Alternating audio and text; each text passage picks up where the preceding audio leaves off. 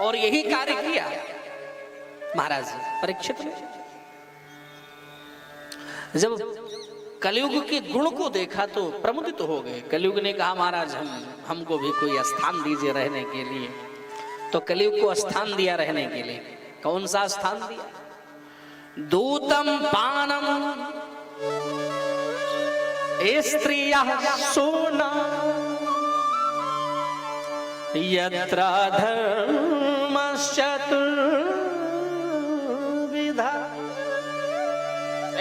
कलयुग मैं आपके गुण पर रीझ चुका हूं, इसलिए मैं आपको ये 4 स्थान रहने के लिए दे रहा हूं। कौन कौन सा स्थान? कलयुग कहां रहता है ये भागवत में वर्णन आता है मेरे भाई। में अभी लोगों से कहो कि आपके घर में कलयुग का वास है, आप पापी हो, कलयुग आपके घर में रहता है, आपके सर पर रहता है, लोग बुरा मान जाएंगे। आप हमको ऐसा बोल रहे हो। लेकिन भागवत का प्रमाण क्या गलत हो सकता है? परीक्षित जी ने स्थान दिया है रहने के लिए। पहला स्थान क्या? दूतम, यानी जहां लोग जुआ खेलते हैं ना बैठ करके। जुआ खेलने वालों मेरे भाई बहन, आप कान खोल करके सुन लो। अगर अपने जीवन को बर्बाद करना चाहते हो तो आप अपने घर में बैठ करके जुआ खेलो। लोग ये नहीं, पहले तो लोग ताश की पत्ती से जुआ खेलते थे, और ताश की पत्ती क्या, अब तो मोबाइल से ही बैठ करके जुआ खेल लेते। मोबाइल से सारा सिस्टम निकाल लेते। मैं आपसे कहता हूं सावधान हो जाओ, क्योंकि जिस घर में जुआ खेला जाता है, जो लोग जुआ खेलते हैं, आप समझ लेना कि कलयुग आपके हरदम साथ में रहता है। और जब कलयुग साथ में रहता है तो दारिद्रता भी आपसे दूर नहीं जा सकती है। आपका बनाया खेल भी बिगड़ जाएगा। अगर आप अरबपति हैं और रोज जुआ खेलोगे, मोबाइल से लूडो खेलोगे, उसमें पैसे लगाओगे, तो मैं कहता हूं करोड़पति से सीधा रोडपति बनने के लिए तैयार हो जाओ। अगर आप जुआ खेल रहे हो तो मेरे भाई, क्योंकि जुआ खेलने वालों के साथ कलयुग हमेशा रहता है। ये मैं नहीं, भागवत का प्रमाण है। दूतम पानम, दूसरा स्थान कलयुग का, जहां लोग मदिरा पीते हो। क्या पीते हैं? मदिरा पीते हैं, यानी शराब पीते हैं। शराब पीना भी सबसे गंदी बात है।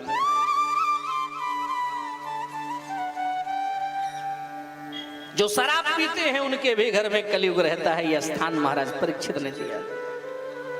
पानम, इसलिए शराब पीना छोड़ दो मेरे भाई। कभी कभी लोग कहते हैं महाराज मैं बहुत प्रयास करता हूं कि मेरी शराब छूट जाए, मेरी ये गंदी आदत है छूट जाए, लेकिन छोड़ नहीं पाते। क्यों महाराज? क्या करें, हम जो है नहीं छूट रहा है। मैं आपको एक उपाय बताऊं शराब छुड़ाने का, ध्यान दीजिएगा भाई, ये बड़ी उत्तम बात है। शराब छोड़ने का अथवा शराब छुड़वाने का सबसे उत्तम राय मैं आपको देने जा रहा हूं, जरा गौर कीजिए। जिसका भी शराब ना छूट रहा हो, ध्यान देना, आप गुरुजी के पास जाओ और किसी गुरुजी से मंत्र ले लो। क्या कर लो? मंत्र ले लो। गले में कंठी धारण कर लो। क्या कर लो? गले में कंठी धारण कर लो। और जिस दिन से आप गुरु बना लोगे ना, और गुरुजी तुम्हारे कान में मंत्र डाल देंगे, हम विश्वास करते हैं, आशा करते हैं कि आप 1 महीने में नहीं तो 2-4 महीने में आपकी शराब बिल्कुल छूट जाएगी और आप परम वैष्णव बनकर के प्रकट होंगे। ये मैं व्यासपीठ से आपसे निवेदन कर रहा हूं। क्योंकि हमें याद है एक घटना, ऐसे ही एक शराबी था जो बहुत शराब पीता था। तो गुरुजी के पास गया, गुरुजी हमको भी चेला बना लो। बोले बन जाओ बेटा, आओ, लेकिन देखो हम शराब पीते हैं, रोकना नहीं, टोकना नहीं कि मत पियो। बोले बिल्कुल नहीं टोकेंगे, तुम खूब पियो, चेला तो बन जाओ, बाद में पीते रहना। बोले ठीक है। बोले ठीक है, चेला बना दिए गुरुजी, मंत्र दे दिए, गले में कंठी डाल दिए। और कंठी डालने के बाद भैया देखो कितनी सुंदर बात है, जब कंठी पड़ गई ना मेरी माँ, तो चेला बोल पड़ा गुरुजी अब जा रहे हैं हम शराब पीने के लिए। जाओ बेटा जाओ, लेकिन पी करके जल्दी आना। ऐसा भी कोई गुरु होता है? गुरुजी शराब पीने जा रहे हैं, जाओ बेटा जाओ जाओ। अच्छा पी के जल्दी आना। हाँ ठीक है गुरुजी हम जल्दी आएंगे। चला गया चेला शराब पी, और जो ही दो कदम आगे बढ़ा सोई गुरुजी बोले ए रुको रुको रुको रुको रुको रुको। क्या हुआ गुरुदेव? बोले एक निवेदन हमारा और है। बोले क्या बात है गुरुजी? बोले जब शराब पीने लगना तो शराब जब पीना प्रारंभ करना उसके पहले एक बार हमारा ध्यान कर लेना, हमें याद कर लेना। अरे तो याद कर लेंगे गुरुजी, ये कोई बड़ी बात नहीं है, ठीक है ठीक है। अच्छा जाओ जाओ जाओ जाओ, जाओ। चला गया और वहां सब वो जब सिस्टम सारा बन गया और जब गिलास को उठाया पीने के लिए, और जब पीने के लिए गिलास, अरे गुरुजी ने कहा था हमको याद कर लेना। ए भैया रुको रुको रुको, हम एक बार गुरुजी को याद करें। और जैसे ही आंख बंद करके उस शराबी ने अपने गुरुदेव को याद किया, और जैसे ही याद किया तो गुरुजी की सारी पूजा सेवा अर्चन वंदन सब उसके आंखों में नाचने लगा। क्योंकि गुरुजी प्रातः काल उठते थे तो भगवान को जगाते थे, उनका श्रृंगार करते थे, फिर माला लेकर जाप करते थे। ये सारी गतिविधियां जब गुरुदेव की नाचने लगी आंखों में, तो कह रहा है कि वाह मैं कितना निकृष्ट हूं कि हमारे गुरुदेव भगवान की सेवा कर रहे हैं और मैं शराब पीने जा रहा हूं। वो शराबी चाह करके भी शराब को अंदर ले नहीं जा पा रहा है, और गिलास छोड़ करके वापस लौट करके आया और गुरुजी के चरणों में गिर पड़ा। गुरुदेव आपकी जय हो।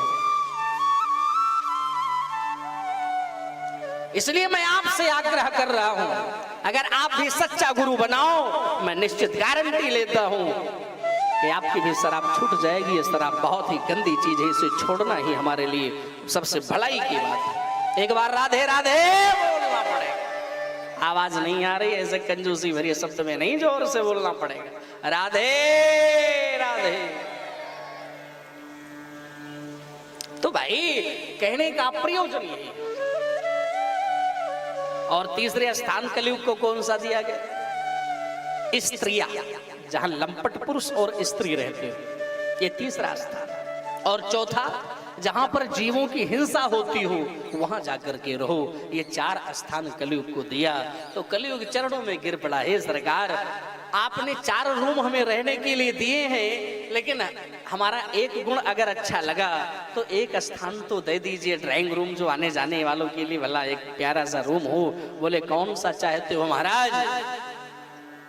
बोले और कुछ ज्यादा नहीं सरकार, बस स्वर्ण में निवास और मिल जाए, बस कल्याण हो जाए। सोना समझते नहीं समझते, यानी गोल्ड जो माताएं ज्यादा लाइक करती।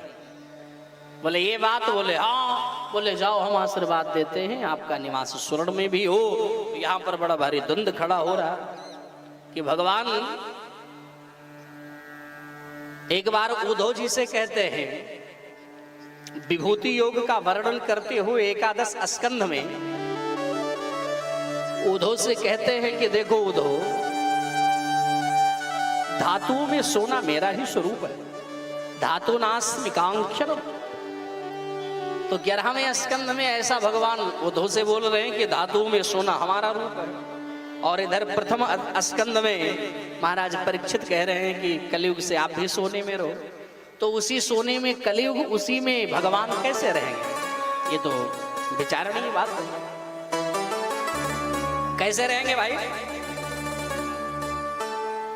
तो संतों ने समाधान किया कि देखो,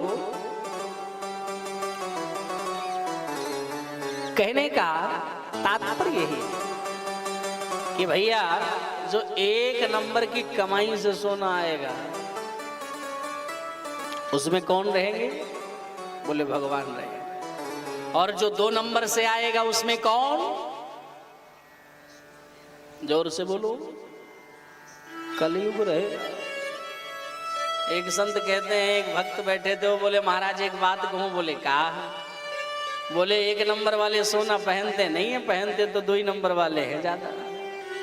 1 नंबर वाले तो बच्चे की फीस जमा कर ले जाएं, भोजन कर ले जाएं, यही बहुत बड़ी बात है उनके ताई। ये सोना चांदी कहाँ पहनने की ताकत है उन पे? हमारे पूज्यपाद गोस्वामी जी ने समाधान किया कि देखिए, हर वस्तु में दोष है, कोई ऐसी वस्तु नहीं है जिसमें दोष ना हो। जड़ चेतन गुण दोष में बेसुकीन करता,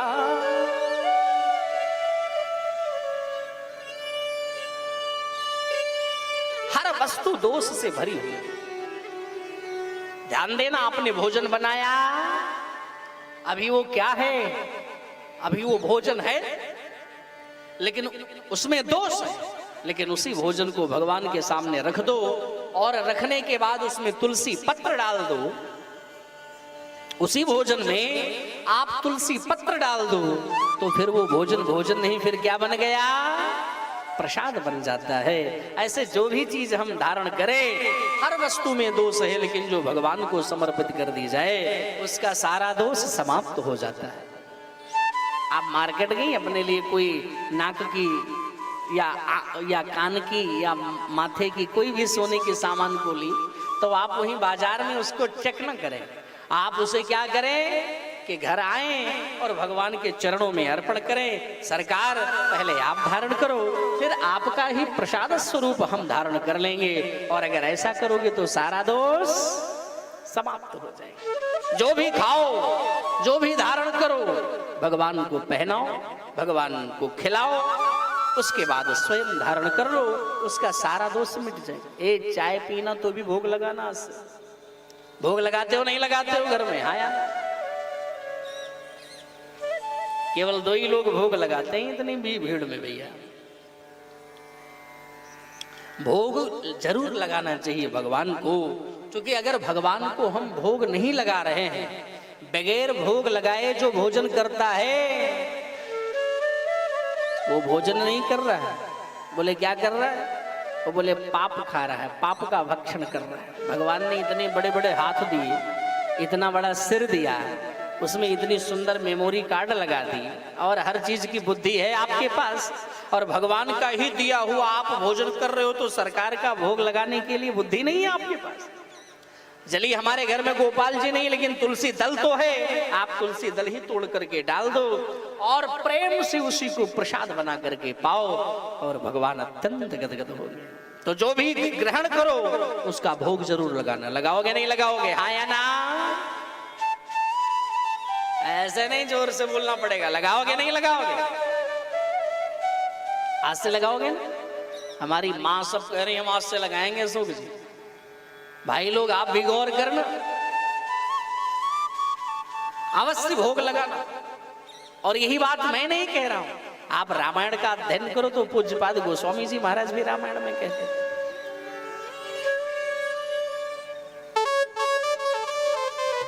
क्या कहते हैं? तुम निवेदित भोजन कर,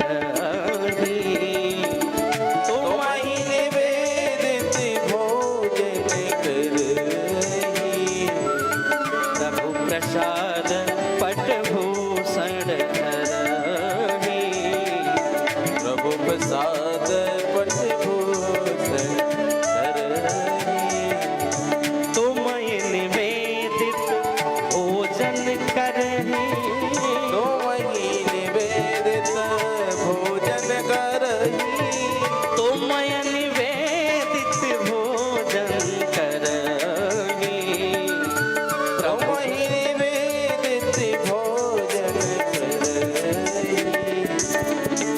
प्रसाद पट भूषण धरहि, प्रभु प्रसाद पट भूषण धरहि। जो भी ग्रहण करो भगवान का भोग लगाओ और प्रेम के साथ पाओ, उसका सारा दोष समाप्त हो जाएगा मेरे भाई।